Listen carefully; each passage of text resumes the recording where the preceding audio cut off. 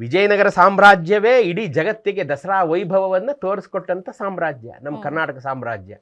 ಅಂಥ ವೈಭವದ ದಸರಾವನ್ನು ನ ಭೂತೋ ನ ಭವಿಷ್ಯತಿ, ಹಿಂದೆ ನೋಡಿಲ್ಲ ಮುಂದೆ ನೋಡೋಕ್ಕಾಗಲ್ಲ. ಅವತ್ತಿನ ಕಾಲಘಟ್ಟದಲ್ಲಿ ಯಾರು ನೋಡಿದ್ರು ಅವರೇ ಪುಣ್ಯವಂತರು.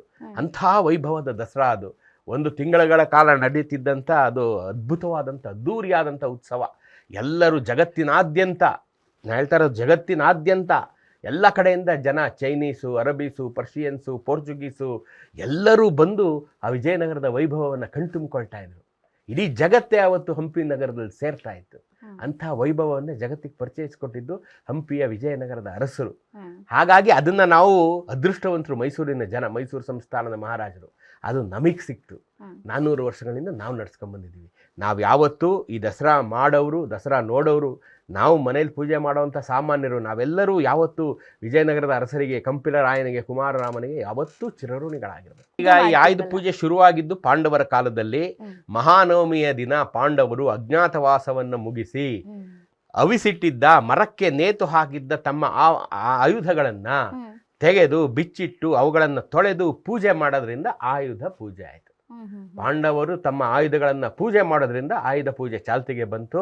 ಅದರ ಮಾರನೆಯ ದಿನ ದಶಮಿ, ಅವರು ಕೌರವರ ಮೇಲೆ ಯುದ್ಧಕ್ಕೆ ಹೋಗಿ ಜಯ ಗಳಿಸಿದ್ರಿಂದ ಅದು ವಿಜಯ ದಶಮಿ ಆಯಿತು.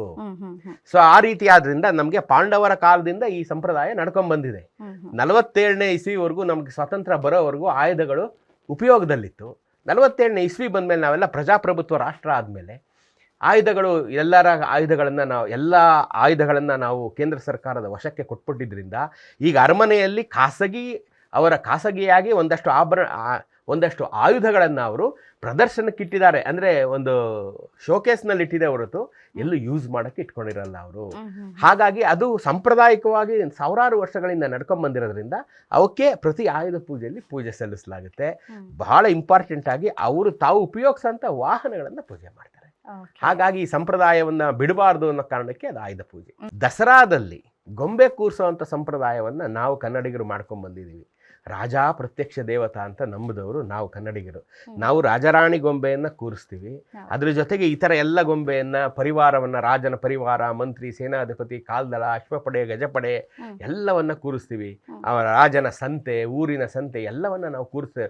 ಆ ಎಲ್ಲ ಗೊಂಬೆಗಳು ನಮಗೆ ಸಿಗೋದು ಚನ್ನಪಟ್ಟಣದಿಂದ. ಹಾಗಾಗಿ ಚನ್ನಪಟ್ಟಣದ ಗೊಂಬೆಗಳಿಲ್ಲದೆ ದಸರವೇ ಇಲ್ಲ, ಗೊಂಬೆ ಹಬ್ಬವೇ ಇಲ್ಲ.